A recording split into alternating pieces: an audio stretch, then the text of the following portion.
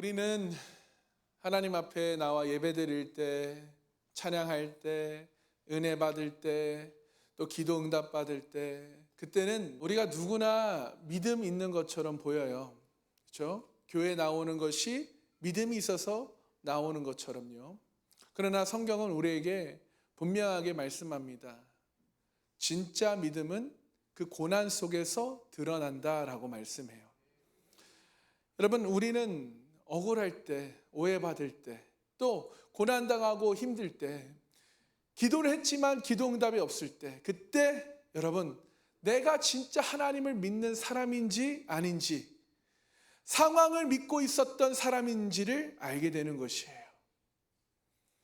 오늘 본문은 어떻게 보면 예수님의 고난이 본격적으로 시작되는 장면입니다.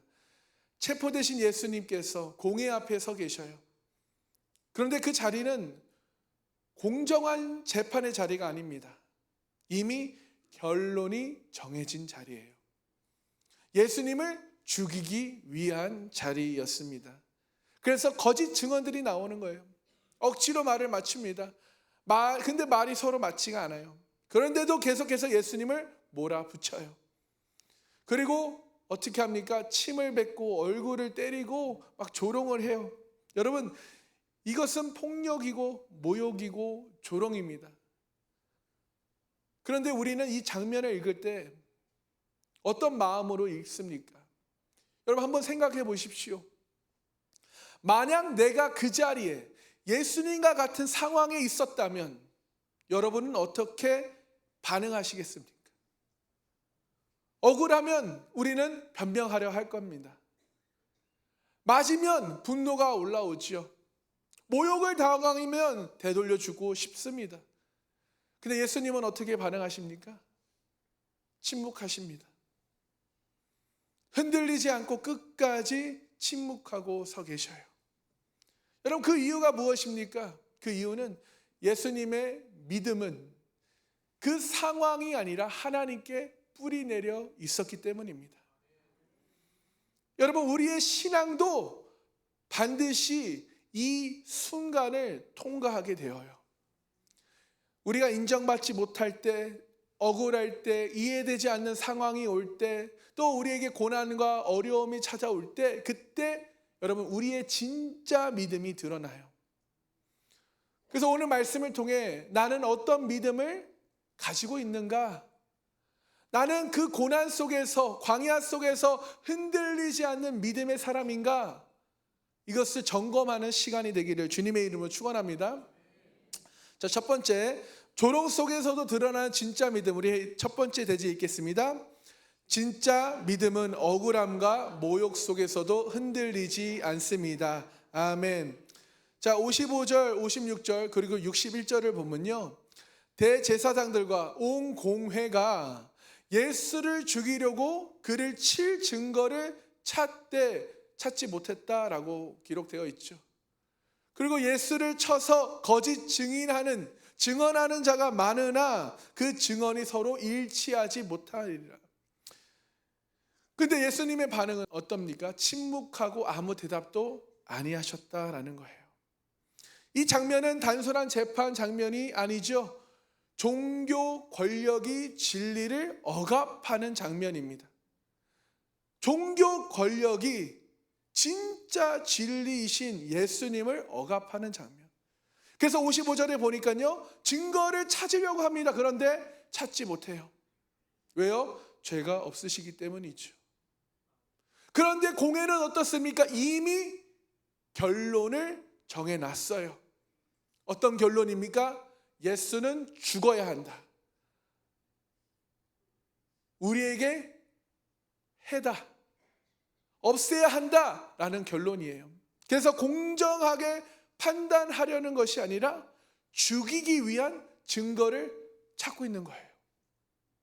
어떻게 하면 죽일까?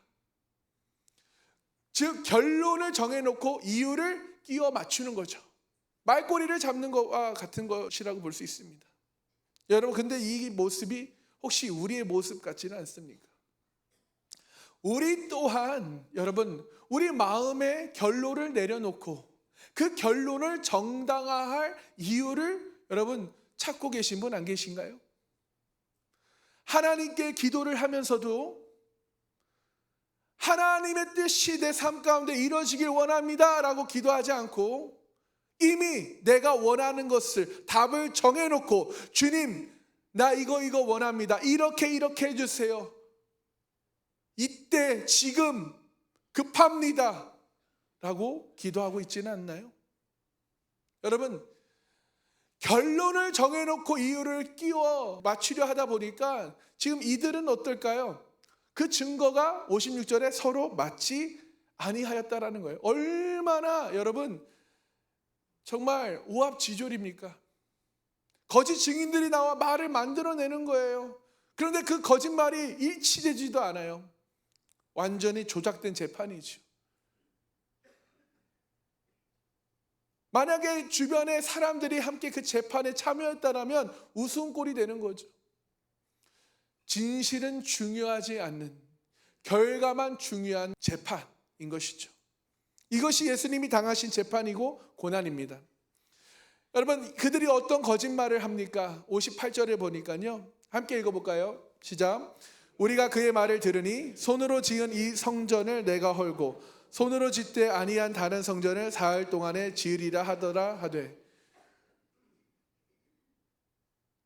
지금 이것을 들고 왔어요. 이것은 예수님의 말씀을 왜곡한 건데요. 예수님께서 예수님의 몸을 자신의 몸을 성전, 몸을 성전으로 가리키면서 말씀하신 것이거든요. 그래서 죽은 지 사흘 만에 부활하신다라는 것을 이 사람들은 모르는 거죠. 이해할 수 없는 거죠. 그러니까 물리적 성전 파괴를 왜곡하는 거예요. 그래서 왜곡하고 오해를 해서 악의적인 해석으로 지금 공격하는 것입니다. 예수님이 여러분 왜 예수님은 이런 왜곡을 오해받고 악의적인 해석으로 거짓말을 들으셨는데 여러분 어떤 반응을 지금 예수님은 하시나요? 61절을 보시면 침묵하세요. 아무 대답도 하지 않으십니다. 여러분 예수님께서는 충분히 반박하실 수 있어요. 그렇죠? 바리새인 사두개인들의 질문에도 항상 말씀해 주셨거든요. 진실을 설명할 수 있습니다. 풀어줄 수 있어요. 그러나 주님은 어떻게 하십니까? 침묵하세요. 왜 침묵하셨을까요? 한번 생각해 보셨나요? 왜 예수님은 그 재판의 자리에서 아무 말씀하지 않으셨을까? 억울한데 이거 분명히 말하면 이거는 풀려날 수 있는데 침묵하셨어요. 왜냐? 하나님의 말씀을 이루시기 위해서입니다. 믿으십니까? 자, 이사야 53장 7절을 보세요. 우리 함께 읽어보겠습니다. 그가 곤욕을 당하여 괴로울 때에도 그의 입을 열지 아니하였으며 마치 도수장으로 끌려가는 어린 양과 털 깎는 자 앞에서 잠잠할 양같이 그의 입을 열지 아니하였도다. 아멘.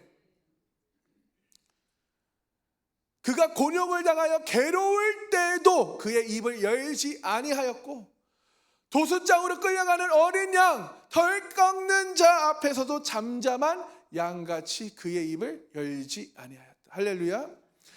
예수님의 침묵은 단순한 참음이 아닙니다. 메시아로서의 순종, 하나님의 아들로서의 순종, 하나님 아버지의 말씀이 이루어지기 위해서예요. 억울해서 말하지 못한 것이 아니에요. 하나님의 뜻을 알기 때문에 말하지 않은 것입니다. 사람에게 옳음을 증명하는 것보다 그들을 설득시키고 납득시키는 것보다 무엇이 더 중요해요? 하나님께 순종하는 것이 더 중요했기 때문입니다. 그리고 그 진리는 여러분 결국 변호하지 않아도 하나님이 드러내시기 때문입니다. 여러분 우리는 어떻습니까? 억울하면 반드시 그것을 꼭 올바르게 정정하고 설명하고 싶어져요. 오해를 풀고 싶습니다. 그러나 여러분 오늘 예수님께서 보여주신 것은 우리에게 보여주신 것은 무엇입니까? 진짜 믿음은 설명하려고 애쓰는 것이 아니라 뭐 하는 거예요? 하나님을 신뢰하는 것이 진짜 믿음이라는 것을 지금 보여주셨어요. 할렐루야. 그렇습니다. 여러분 진짜 믿음은요 상황이 좋을 때 드러나는 것이 아니에요. 억울할 때, 모욕을 당할 때, 고난이 찾아와 힘들고 어려울 때 진짜 믿음이 드러나는 것입니다. 그때 내가 감정으로 반응하는가, 아니면 하나님을 믿는 믿음으로 반응하는가, 그것이 믿음의 수준이라는 것입니다. 사랑하는 성도 여러분, 다윗을 한번 보십시오. 사울 왕에게 여러분 왜 자기가 미움을 받고 있는지를 알까요? 몰라요. 그런데도 쫓기고 있어요. 그뿐만 아닙니다. 생명의 위협을 받고 있어요. 그런데 어느 날 기회가 와요. 다윗이 있는 동굴에 사울이 들어옵니다. 혼자 와요. 완전히 무방비 상태입니다. 그때 부하들이 뭐라고 말합니까? 왕이여, 지금이 기회입니다. 하나님이 원수를 우리에게 붙여주셨습니다. 여러분, 다윗에게는 정말 왕이 될 수 있는 기회이고, 원수를 차단할 수 있는 기회이고, 억울함을 풀 수 있는 기회예요. 우리 같으면요 벌써 끝냈습니다. 근데 다윗은 어떻게 합니까? 죽이지 않아요. 오히려 옷자락만 자릅니다. 그리고 이런 고백을 하여 나는 여호와의 기름 부음을 받은 자를 치지 않겠다. 그거는 하나님의 몫이다. 이런 고백을 하는 거예요. 여러분, 다윗이 왜 이런 선택을 하게 됐을까요? 그는 하나님을 믿는 믿음이 있었기 때문입니다. 내가 안 해도 하나님이 하실 거다. 억울함보다 하나님의 뜻이 더 중요했기 때문이에요. 다윗은 충분히 억울했고 정당한 이유도 있었습니다. 그러나 다윗은 감정으로 반응하지 않았어요. 믿음으로 반응했습니다. 여러분, 아무리 신앙생활을 오래 한다고 해서, 여러분의 기도를 많이 한다고 해서, 말씀을 많이 읽는다고 해서 여러분 안에 이것을 감당할 믿음이 저절로 생기느냐? 아닙니다. 저절로 생기는 것이 아니에요. 매일매일 주님과의 관계 속에서 생기는 것이에요. 여러분, 감정으로 반응하지 마시고 믿음으로 반응하시는 우리 복된 성도님들 되시기 소망합니다. 여러분께 적용 질문 드립니다. 나는 지금 억울한 상황이 올 때 여러분 어떻게 반응하십니까? 감정으로 반응하고 있습니까? 아니면 믿음으로 반응하고 있습니까? 한번 여러분 최근에 있었던 그 억울한 감정적인 그런 일을 통해 내가 감정으로 반응을 했는가? 아니면 믿음으로 반응했는가? 한번 살펴보시기 바라요. 여러분, 우리의 삶에도 억울한 순간, 모욕당하는 순간, 고난과 광야의 시간이 옵니다. 그런데요, 그때 내 믿음이 진짜인지 그때 드러나는 거예요. 그래서 우리는 오늘 말씀을 통해 지금부터 우리는 우리의 믿음을 준비해야 합니다. 지금부터라도 준비하시길 소망해요. 아멘. 어떤 믿음이요? 하나님을 전적으로 신뢰하는 믿음. 어떤 상황이 와도, 어떤 위기가 와도, 어떤 고난이 와도 끝까지 하나님을 붙들고 신뢰하는 믿음. 이 믿음을 여러분 지금부터 준비하시기 소망합니다. 그러면요, 우리는 그 위기 속에서 흔들리지 않고 무너지지 않고 끝까지 믿음으로 설 수 있게 되는 줄 깨닫고 믿으시기 소망합니다. 그러므로 저와 여러분이 진짜 믿음을 소유한 자로서 어떠한 억울함 속에서도 어떠한 위기 속에서도 흔들리지 않는 진짜 믿음을 소유하시는 우리 복된 성도님들 다 되시기를 주님의 이름으로 축원합니다. 아멘. 두 번째입니다. 조롱 속에서도 드러나는 진짜 믿음, 함께 읽겠습니다. 진짜 믿음은 상황이 아니라 정체성 위에 서 있습니다. 아멘. 자, 여러분, 이 정체성이 무엇인지, 왜 중요한지를 우리가 반드시 깨달아야 합니다. 우리 신앙생활에서 정말 중요한 거예요. 우리 매번 설교 전에 외치는 게 뭐니까? 하나님은 당신을 사랑하십니다. 당신은 하나님의 소중한 자녀입니다. 그렇죠? 정말 그렇게 믿고 느끼시나요? 아멘. 자, 61절을 보십시오. 함께 읽어보겠습니다. 침묵하고 아무 대답도 아니하시거늘 대제사장이 다시 물어 이르되 내가 찬송받을 이의 아들 그리스도냐? 예수께서 이르시되 내가 그니라. 인자가 걷는 자의 우편에 앉은 것과 하늘 구름을 타고 오는 것을 너희가 보리라 하시니. 아멘. 여러분, 지금까지 예수님은 침묵하셨어요. 거짓 증언에도 모욕에도 공격에도 아무 말씀하지 않으시고 침묵하셨습니다. 그런데 단 한 번 입을 여셔요. 그 순간이 바로 여기입니다. 그 질문이에요. 뭐예요? 너가 그리스도냐? 너가 하나님의 아들이냐? 정말 메시아냐? 이 질문에 예수님은 침묵하지 않으시고 분명하게 선언하십니다. 뭐라고 말씀하십니까? 내가 그니라. 아멘. 이 선언은 매우 중요합니다. 예수님은 지금 자신의 생명이 걸린 상황, 재판의 현장이에요. 이 말을 하면요, 이 고백을 하면 지금 사형 선고입니다. 그런데 숨기지 않으시고 정확하게 말씀하셔요. 왜 그러셨을까요? 우리의 정체성은 상황 때문에 바뀌지 않기 때문입니다. 나의 어떤 것 때문에 정체성이 변하는 것이 아니에요. 우리는 하나님의 자녀입니다. 아멘. 내가 연약하고 부족하고 죄를 짓든 안 짓든 그거와 상관없어요. 우리는 하나님의 자녀입니다. 할렐루야. 예수님도 상황이 어렵다고, 죽음이 앞에 있다라고 진리를, 정체성을 숨기지 않으셔요. 죽음 앞에서도 자신이 누구인지 분명하게 말씀하십니다. 그리고 62절에 이렇게 설명하세요. 인자가 걷는 자의 우편에 앉은 것과, 여기서 인자라는 것은 다니엘서 7장 13절을 이렇게 인용한 것인데요. 자, 7장 13절에 내가 또 밤 환상 중에 보니 인자 같은 이가 하늘 구름을 타고 와서 라고 다니엘서에서 말씀하는데요. 자, 여러분, 인자란 하나님의 권세를 가진 존재를 가리키는 거예요. 그러니까 하나님의 권세를 가진 예수님께서 구름을 타고 온다라는 것은 심판자, 왕으로 오신다는 것입니다. 할렐루야. 그래서 즉 예수님께서 이렇게 말씀하시는 거예요.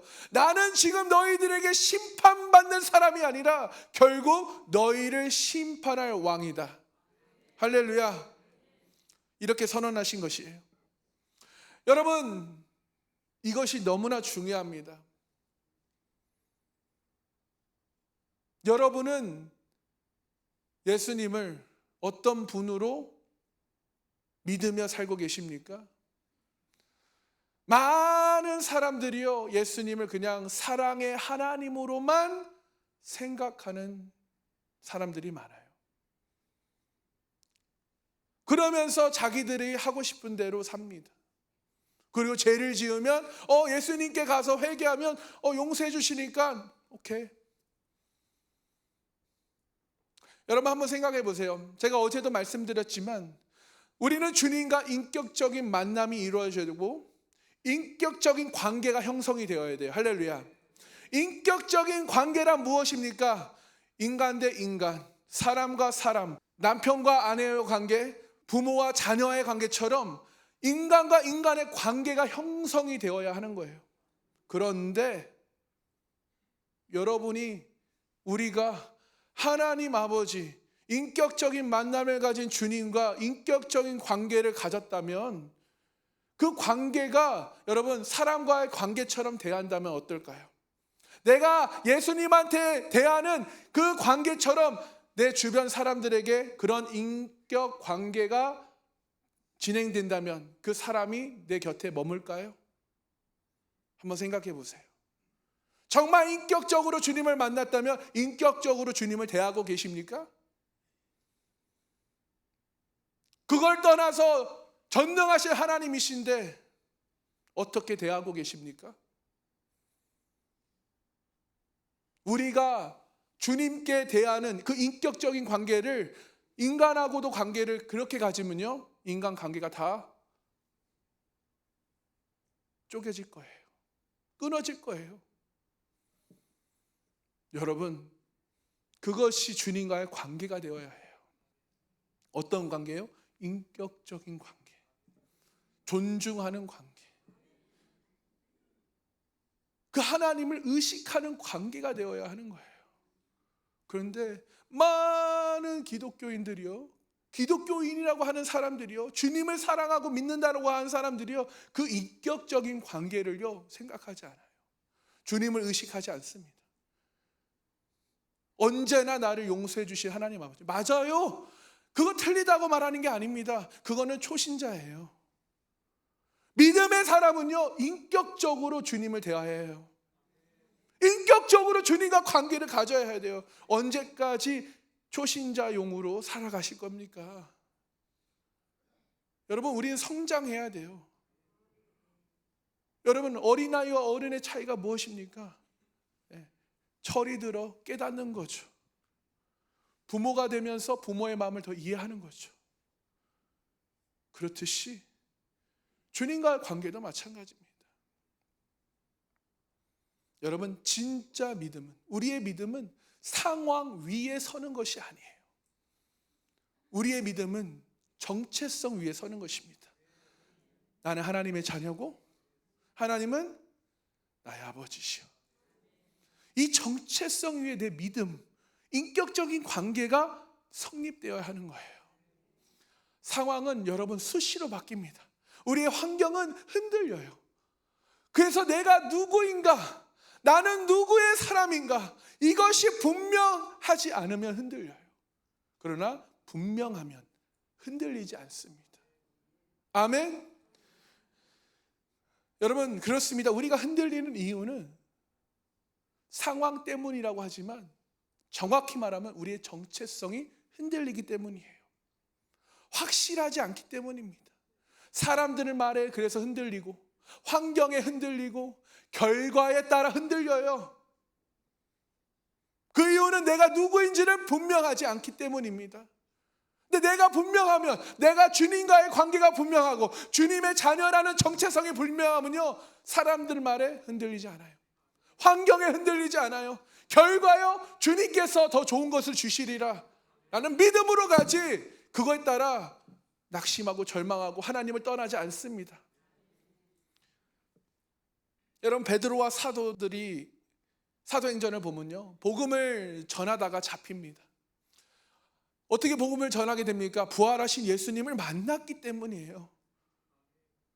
그 부활하신 예수님이 찾아오셔서 사랑을 회복시켜 주시고 사명을 주셨기 때문에 그들은 목숨을 걸고 지금 복음을 전해요. 그러다가 공회 앞에 잡혀 서게 됩니다. 지금 예수님과 똑같은 상황이에요. 똑같은 장소에 똑같은 권력을 갖고 위협을 받아요. 공회는 뭐라고 말합니까? 다시는 예수 이름으로 가르치지 말라라고 그들을 위협합니다. 단순한 경고가 아니라 죽을 수도 있는 상황이에요. 그런데 그때 베드로가, 여러분, 베드로는 어떤 사람입니까? 예수님이 잡히시던 날 나는 그 사람을 모른다라고 3번 부인한 사람이잖아요.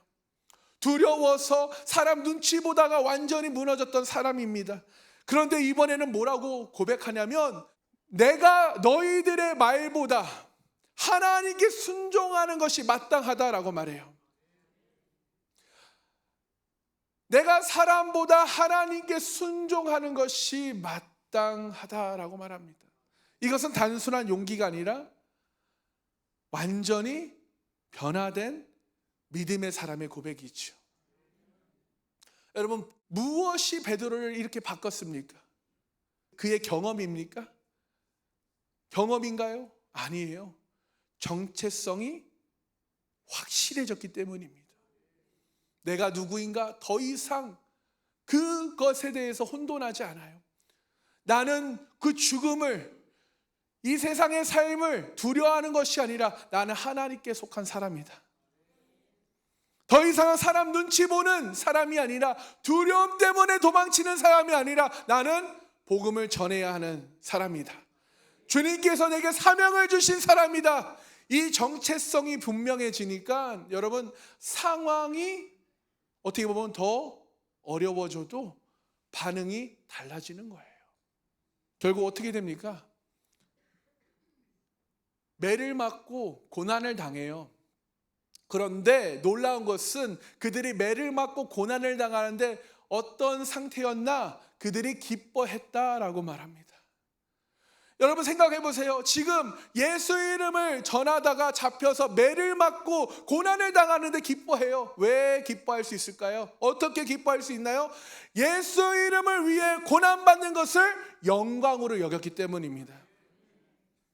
예수 이름으로 어려움을 겪는 것이 영광으로 여겼기 때문이에요. 사랑하는 성도 여러분, 베드로는요, 정체성이 없을 때는 예수님을 부인했어요. 그러나 정체성이 분명해지니까 예수님을 담대히 증거하잖아요. 상황이 바뀐 것이 아니라 뭐가 바뀌었습니까? 사람이 바뀐 거예요. 이것이 우리에게도 필요합니다. 여러분, 그렇습니다. 상황이 나를 결정하는 것이 아니에요. 정체성이 나를 결정하는 줄 깨닫기 소망합니다. 내가 하나님의 자녀라는 사실 변하지 않습니다.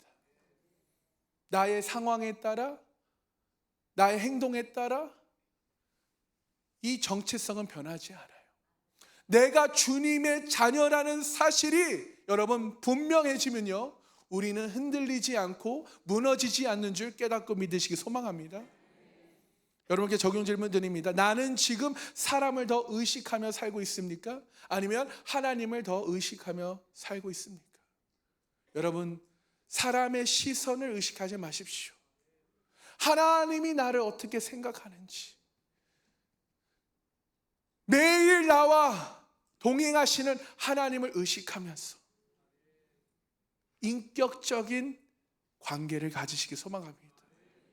이것이 성장하는 믿음이에요. 아멘.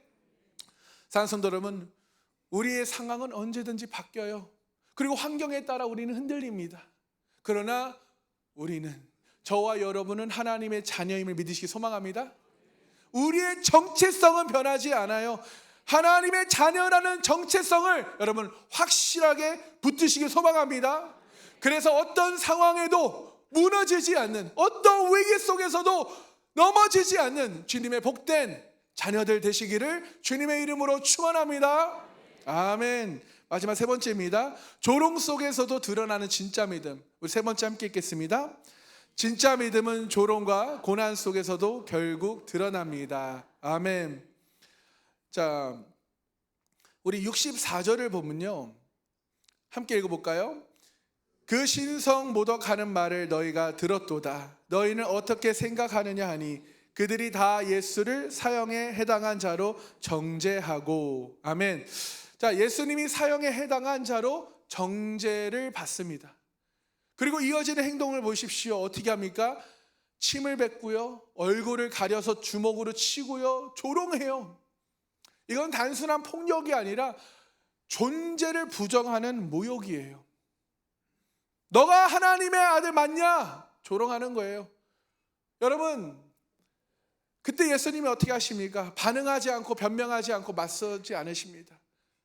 왜요? 이미 하나님 앞에서의 자신의 정체성이 확정되었기 때문입니다. 여러분, 이들이 만약 하나님의 아들로 생각하고 믿었다면 침을 뱉고 때리고 모욕했을까요? 여러분이 정말 하나님을 믿는다면 그렇게 인격적인 관계를 가질까요? 정말 여러분이 살아계신 하나님을 의식한다면 우리 그렇게 살아갈까요? 여러분, 오늘부터라도 너가 정말 하나님의 아들이 맞냐라는 이 사람들의 질문, 여러분에게 질문합니다. 여러분 정말 살아계신 하나님을 믿으십니까? 정말 살아계신 하나님을 믿으세요? 지금도 나와 함께 하시고 내 안에 역사하시는 성령님을 믿으십니까? 그럼 그렇게 행동하십시오. 그거에 합당한 행동을 의식을 하십시오. 언제까지 초신자, 베이비 크리스천으로 살아가실 겁니까? 여러분, 지금 예수님도 억울해서 말을 못하신 것이 아니죠. 참으신 것이에요. 우리를 대신해서 침묵하신 것입니다. 우리가 받아야 할 정죄의 자리에 계시는 거예요. 우리가 받아야 할 그 심판의 자리에 주님이 대신 계신 거예요. 그래서 변명하지 않으셨습니다. 그 고난은 억울한 사건이 아니라 구원을 위한 대속이기 때문이에요. 이것이 하나님의 은혜입니다. 그러므로 이것은 패배가 아니라 하나님의 구원의 과정입니다. 사람들은 조롱하지만 하나님은 구원을 이루고 계신 거예요. 사람들은 실패라고 보지만 하나님은 승리로 가고 계셨습니다. 그리고 이 조롱은 무엇으로 이어집니까? 십자가로 이어져요. 그 십자가 위에서도 똑같이 조롱을 받으십니다. 뭐라고 조롱을 받죠? 너가 하나님의 아들이면 내려와봐. 정말 그들이 하나님의 아들로 믿고 이 이야기를 한 걸까요? 여러분은 정말 하나님의 아들을 믿고 그렇게 살아가고 있으십니까? 주님은 충분히 내려오실 수 있어요. 저도 어릴 때 왜 내려오시지? 왜 거기서 십자가에서 그 능력을 가지신 분이 왜 죽으셨어요? 어릴 때, 베이비 크리스천일 때. 그러나 주님은 내려오시지 않으시죠? 왜요? 그 이유를 깨달았어요. 나를 살리기 위해서. 저와 여러분을 살리기 위해서 끝까지 계신 거예요. 침묵하고 계셨어요. 여러분, 우리도 신앙생활 하면서 믿음을 지키는 그 삶을 살면서 오해받을 때, 인정받지 못할 때, 무시당할 때, 억울하고 답답하고 견디기 힘들 때, 마음이 무너질 것 같은 순간이 옵니다. 그때 우리는 하나님께 뭐라고 보통 말하나요? 하나님, 왜 나에게 이런 일이 일어나요? 하나님, 왜 가만히 계십니까? 살아계신 하나님이라면 뭐 좀 해주세요. 상황을 좀 바꿔주시고 문제를 좀 해결해 주세요라고 여러분, 우리는 불평불만해요. 그러나 하나님은 오늘 우리에게 정확하게 말씀하십니다. 하나님은 가만히 계시는 것이 아니라 일하고 계십니다. 우리가 보이지 않을 뿐, 보지 못할 뿐, 이해하지 못할 뿐 하나님은 일하고 계셔요. 할렐루야. 여러분, 진짜 믿음은 당장의 평가로 결정되지 않습니다. 진짜 믿음은 지금 여러분의 상태로 결정되지 않아요. 여러분이 살면서 조롱당하는 일, 오해받을 수 있는 일, 또 낮아질 수 있는 일들이 있어요. 그러나 여러분, 우리가 믿음을 지키면 하나님은 반드시 드러내는 줄 깨닫고 믿으시기 소망합니다. 여러분, 요셉의 인생을 보십시오. 형들에게 배신당하고 노예로 팔려나가죠. 거기에 억울하게 감옥에 갇힌 신세가 돼요. 계속 내려가요. 계속 낮아집니다. 사랑받는 자녀에서 종으로 팔려가고 이제는 죄인으로서의 어떻게 보면 감옥에 갇혀 있잖아요. 누가 봐도 실패입니다, 여러분. 그런데 마지막 결국 요셉이 이런 고백을 하잖아요. 형들 앞에서 당신들이 나를 헤아려 하였으나 하나님은 그것을 선으로 바꾸셨습니다. 이게 여러분 무슨 고백이에요?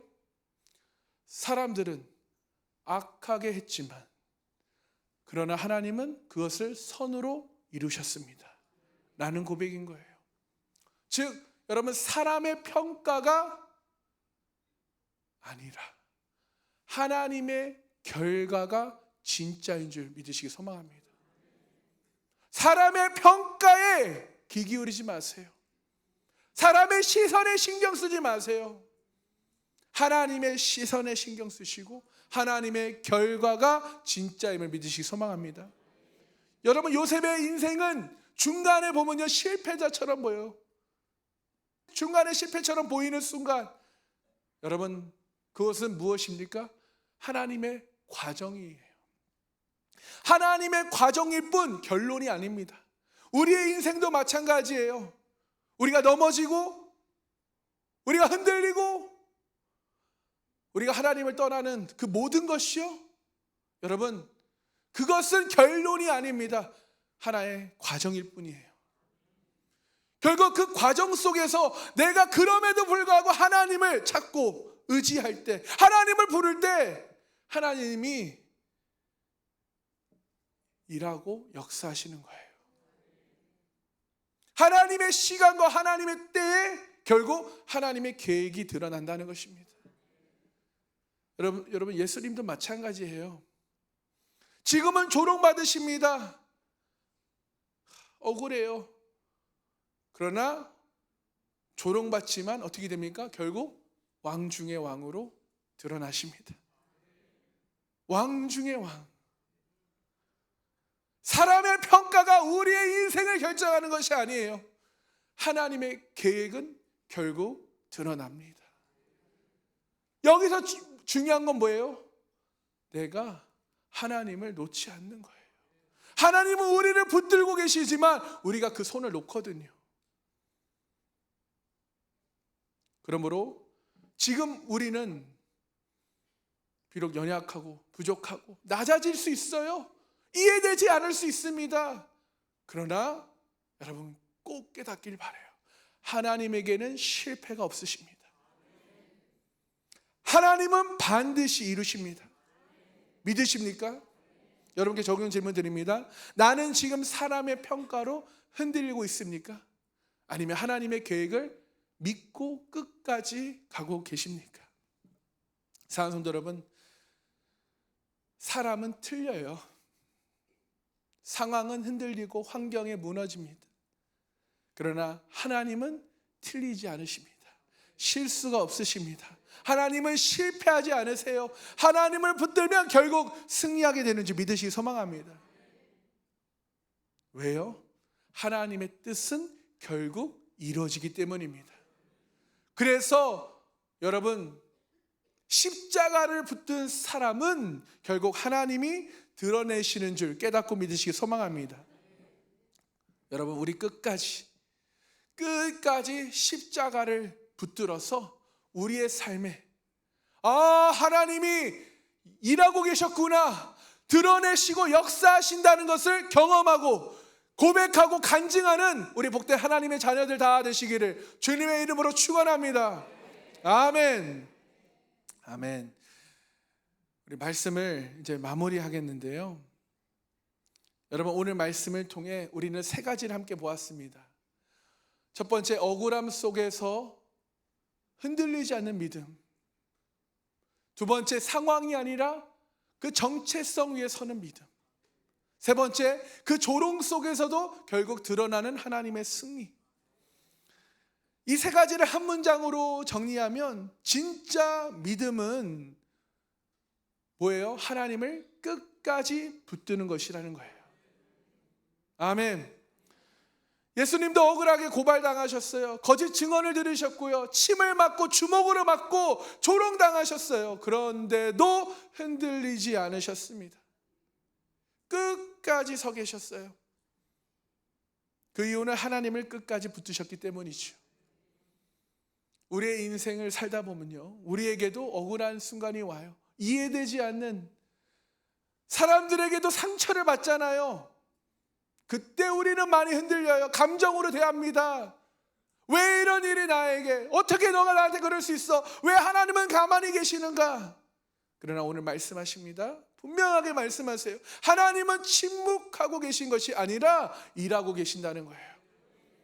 우리가 이해하지 못해도 하나님은 이루고 계십니다. 우리가 보지 못해도 하나님은 진행하고 계심을 믿으시기 소망합니다. 사랑하는 성도 여러분,